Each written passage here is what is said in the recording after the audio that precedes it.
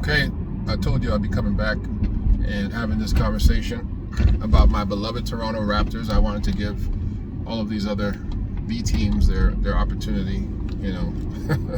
But let me talk about this because I'm going to be the voice of the Raptors if social media doesn't want to have that conversation, just because we're not a big market team in their eyes in America, right? Just because we're not clickbait for advertising and everything else doesn't mean that somebody out here is not going to talk and I'm going to talk about it. We are the absolute deepest team in the NBA. We have the number one, bar none. We have the number one front court in the NBA today. That's including the Lakers with LeBron and AD up front. That's including the Brooklyn Nets. Okay? That's including the Boston Celtics. That's including the Milwaukee Bucks. We have the deepest and the best. I'm not talking about the biggest salaries. I'm not talking about guys who are referred to as Hall of Famers. I'm talking about today, 10 toes on the ground, the best group of basketball players in the front court in the NBA. And let me tell you who they are. And I'll tell you why we have the best front court in the NBA. Number one, let me just bring him up right from the get-go. Scotty Barnes. Scotty Barnes, the reigning Rookie of the Year, is a legitimate MVP candidate in his second year. He's a legitimate MVP candidate. He's as long as KD, right? He is as strong as LeBron, right? He can play at least three positions. At least he could play center, he could play power forward, or he could play small forward. He has essentially no offensive weaknesses to his game. And he's coming off a Rookie of the Year campaign. That's Scotty Barnes. That's Scotty Barnes. What some of the people that you're underestimating on our team is Achua. Achua is one of the most talented power forward / center in the Achua has the best. He's got the best handle of any big in the Eastern Conference. Let's just start right there. He's got handle for days. Precious Achua. He's got handle like a point guard. He can shoot the three. He can post you up. He can rebound. He can block shots. Okay? Do not sleep on Precious. He's a max player that we have for a bargain. Trust me, when his contract expires, they're going to pay that kid crazy money. We have gold in that kid for nickels and dimes. Okay? I haven't even got to our all-star yet. I haven't got to the all. I'm naming a rookie, a second-year player who's basically an MVP candidate. I'm reading another guy who's a max player, and essentially the NBA doesn't even talk about him, Precious Achua. He's fantastic. Then I got Siakam.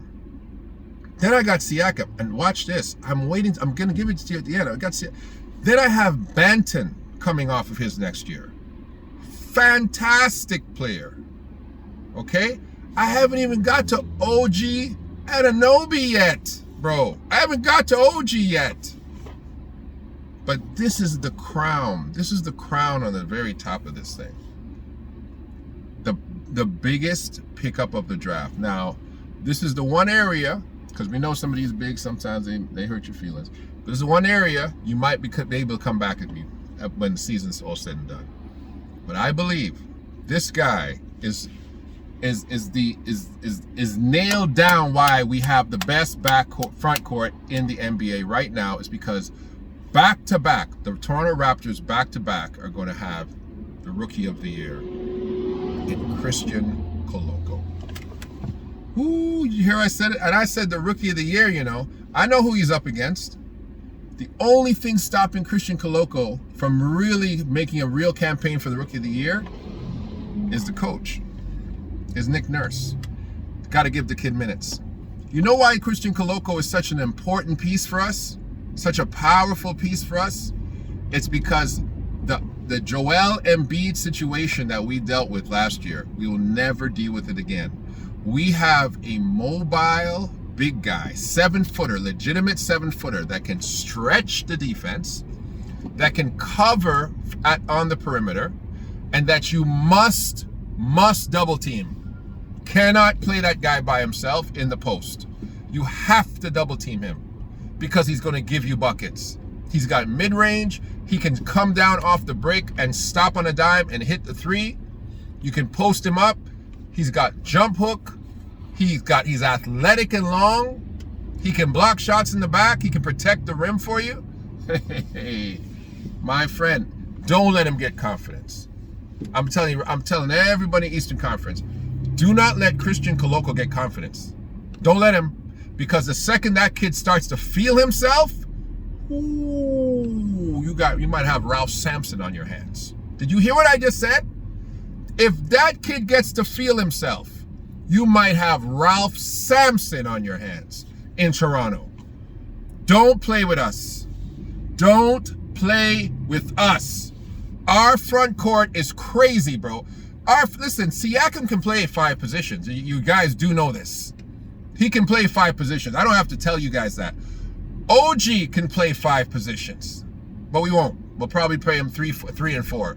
But he can play 2 because that boy can shoot the rock and he's quick. You guys don't have the interchangeable parts. And when I say you guys, I mean the whole doggone NBA. You guys don't have interchangeable parts like us. Let me show you something. Take Fred out of the lineup, which you're not going to, okay? Take Gary Trent Jr., buckets, tattoos and buckets. Take him out the lineup, which we're not going to, okay? You can run Banton at the point because he's a point guard. You can run Siakam at the 2. You can run OG at the 3. You can run Precious Achiuwa at the 4. And you can run Koloko at the 5. That's the biggest lineup in the NBA. Talk to me. That's the biggest lineup in the NBA from 1 to 5. That lineup, everybody 6'9" and above, from 1 to 5. What are you saying to me? If Nick Nurse has me sitting in his ear, baby, he knows he's got a crazy lineup. Those guys can run and they're stupid long. What are you going to do with them? And they can all score? We've got the craziest, deepest front court in the NBA. And the only thing stopping us is bad coaching. Those boys are ready. They're hungry. Some of them are on the wrong side of a deal about to happen. So they're going to play. They're going to play for their money. We can play big with Milwaukee. We can play small. Forget about it, man. The Toronto Raptors in this season are going to hurt a lot of people's feelings because a lot of these teams that these American commentators, Perkins, yup, talking to you, Perkins, Skip, yup, talking to you, all right? Come on, Malika Andrews, talking to you, Stephen A, talking to you, Charles Barkley, talking to you, Shaq, talking to you, Kenny, talking to you, all you guys who don't have the concept that we have gold up in these hills out here in Toronto, you're gonna be very surprised. You're gonna be like, oh, the Toronto Raptors came out of nowhere. Who knew the Toronto Raptors is building a team like this?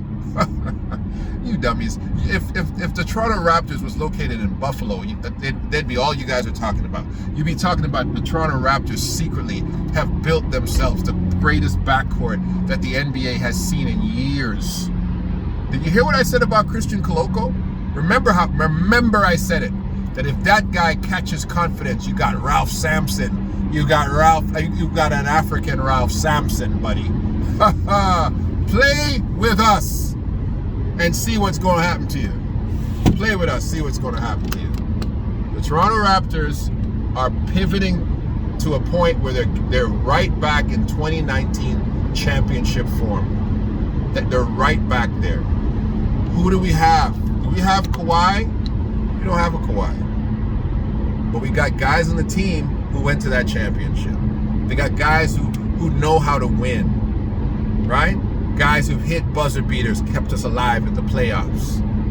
We didn't trade away our future to pick up anybody. Did you notice that? We didn't have to, because we know what we have.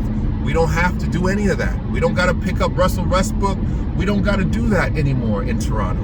We've built our team the same way teams like San Antonio have built their teams. Same way teams like the Golden State Warriors have built their teams. Okay? We've got studs. Ooh. And it's going to hurt your feelings when the Raptors take off. And I said it before, and I'm going to say it again. Expect it. Expect these guys to take off in the first 20 games. In the first 20 games, they're going to put this thing in the Eastern Conference out of reach. They're going to be like, how do we beat these guys?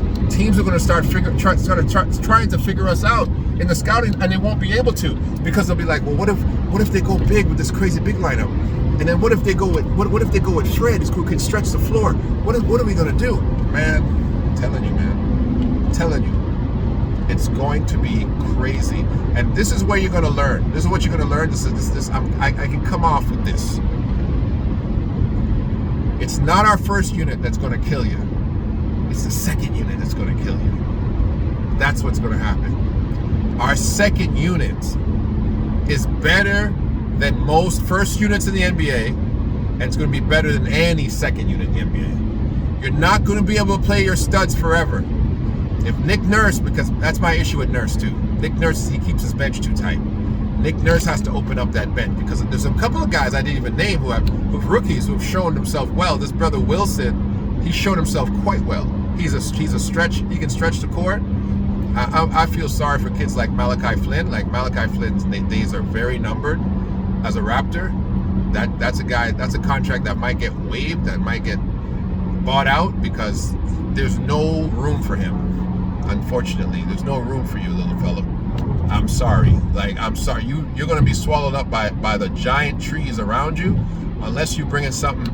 You bring in something like Freddie, and not that you don't got it, but it's going to be pretty difficult to give you minutes. And it's not. And I'm not disrespecting your game at all. I'm not disrespecting your game, but I can't see them. I can't see them giving you a lot of minutes, Malachi. I can't. And I know your dad is a big advocate, and I don't like to shoot dudes down or anything like that. You know, he's a Toronto. He's one of ours. So I'm not going to shoot you down, young fella, but it's going to be real hard for you to get on that basketball court this year. I don't see how it's going to happen. And I hope that I'm playing this loyalty game, because, you know, it's about who's ready to go and what's the best 5 guys on the court at any given time. And many, many times, Malachi will not be in that conversation. It's just not a good, it's not a good look for us, to be honest with you. We don't need a whole lot of littles running around. Fred's little enough, and he's not little and quick, unfortunately. I saw Fred trying to take one of the bigs yesterday, and it didn't look good, Freddie. Like, he lost the ball. Like, this guy stuck with you. Most NBA point guards, they see a big guy on them. Like, even Chris Paul, you can't cover Chris Paul. You can't be 6'9", 6'10", and stand in front of Chris Paul. He will bust your knees. And last night, Freddie, that didn't look good. That didn't look good, man. That didn't look good. I mean, you're still Freddie. You're still Freddie. Still got that long jump shot. You got a lot of confidence. I got to give you respect. Wasn't a big fan at the beginning. Everybody knows me. Those guys who know me. Wasn't a big fan of Freddie at the beginning. I used to say Freddie wouldn't have made my high school team. That's what I used to say. I used to say, I don't know, that guy wouldn't have made my high school team. But, hey, Freddie took his lumps and demonstrated that he's a champion. And hats off to you, Freddie. But we ain't putting up with Malachi Flynn running in there playing short ball. We ain't going to play short ball with the NBA right now. We can't do it. All right?